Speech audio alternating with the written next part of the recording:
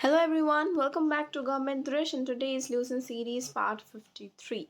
Yes, we have come a long way, we have covered many of the parts, and so today we'll start with the Second World War. We have already completed our First World War and many such info regarding that has been already covered. So let's get started.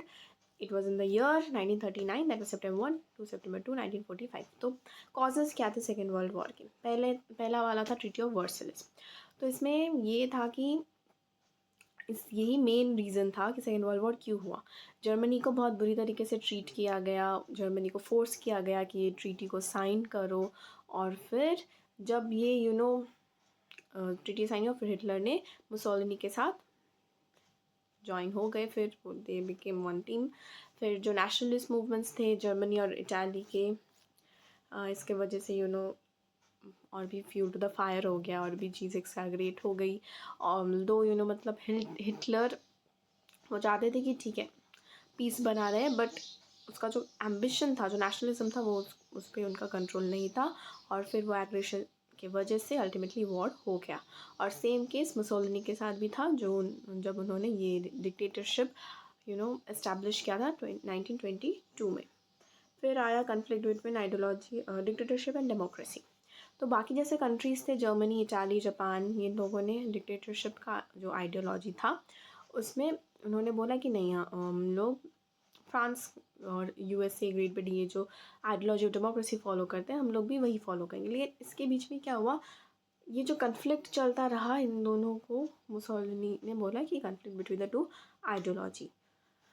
Okay, now league of Nations एक failure बन गया. ठीक है, जो जिसके लिए वो बना था कि सब लोगों के बीच में शांति बना रहे, इंटरनेशनल ऑर्गेनाइजेशंस, ताकि सारे लीडर्स को साथ में ले आए एक कॉमन प्लेटफॉर्म में. But they failed, league of Nations failed. फिर कॉलोनियल एंड कमर्शियल राइवलरी. तो जब इंग्लैंड और फ्रांस एक साइड में थे और जर्मनी और इटाली दूसरे साइड में, तो इनके बीच में क्या हुआ, जब राइवलरी हुआ, कॉलोनियल राइवल भी हुआ, फिर चीज़ें एक्सपोर्ट या ट्रेड ये सब में भी अफेक्ट हुआ. फिर aggressiveness of Berlin Rome Tokyo axis. तो हिटलर वो बहुत ही एग्रेसिव हो गए. उन्होंने फिर सार वैली को भी एनेक्स कर लिया, ऑक्यूपाई कर लिया, फिर राइनलैंड को भी, ऑस्ट्रिया को भी, इवन चेकोस्लोवाकिया को भी. तो फिर मुसोलिनी ने क्या किया, अबिसिनिया अटैक किया, और फिर जापान ने चाइना.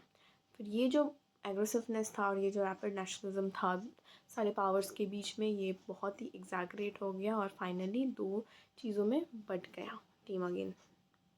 और जो इमीडिएट कॉज था कि पोलैंड ने रिफ्यूज़ कर दिया था कि हम लोग सरेंडर नहीं करेंगे.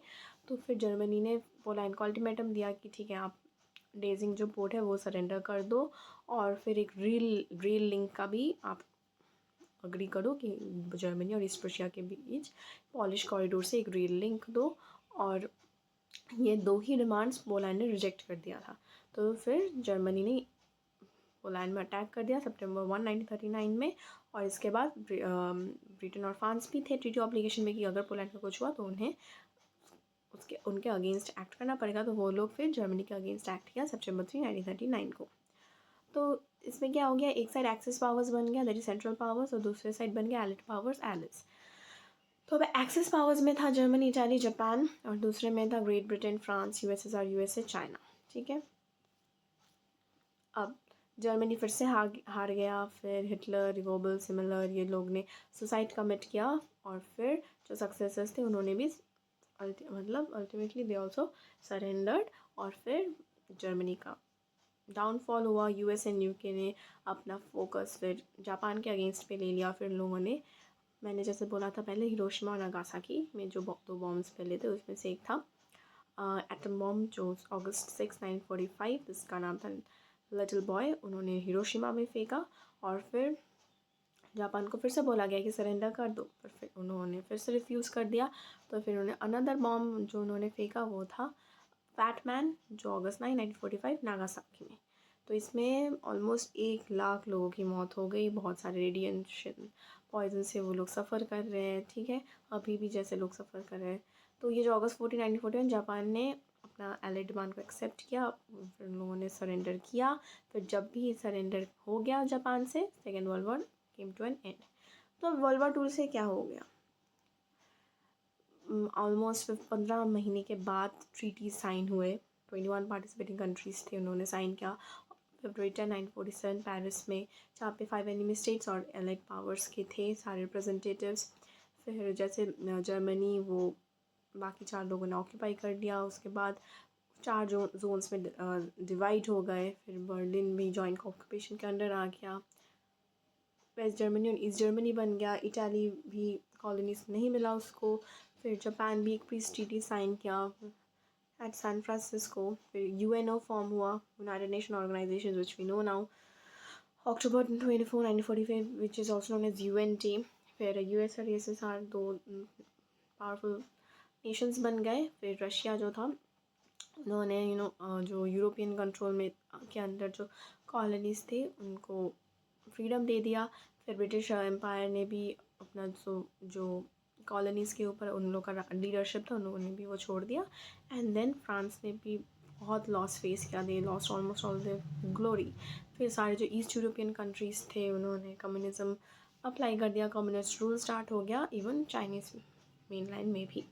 तो जो इम्पोर्टेंट एक्सेस लीडर्स थे वर्ल्ड वॉर 2 के, वो था एडोल्फ हिटलर जो डिक्टेटर थे जर्मनी के, फिर बेनितो मुसोलिनी जो इटाली के थे, फिर हिरोहितो जो जापान के थे, और prime ministers दोजो and फुजिरो कोनोई।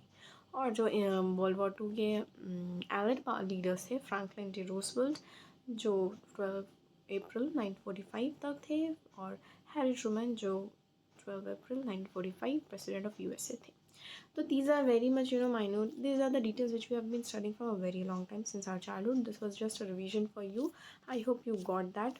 I have explained all the points and in the most easiest way. Just go through the dates and the name, like where this little boy, then this date.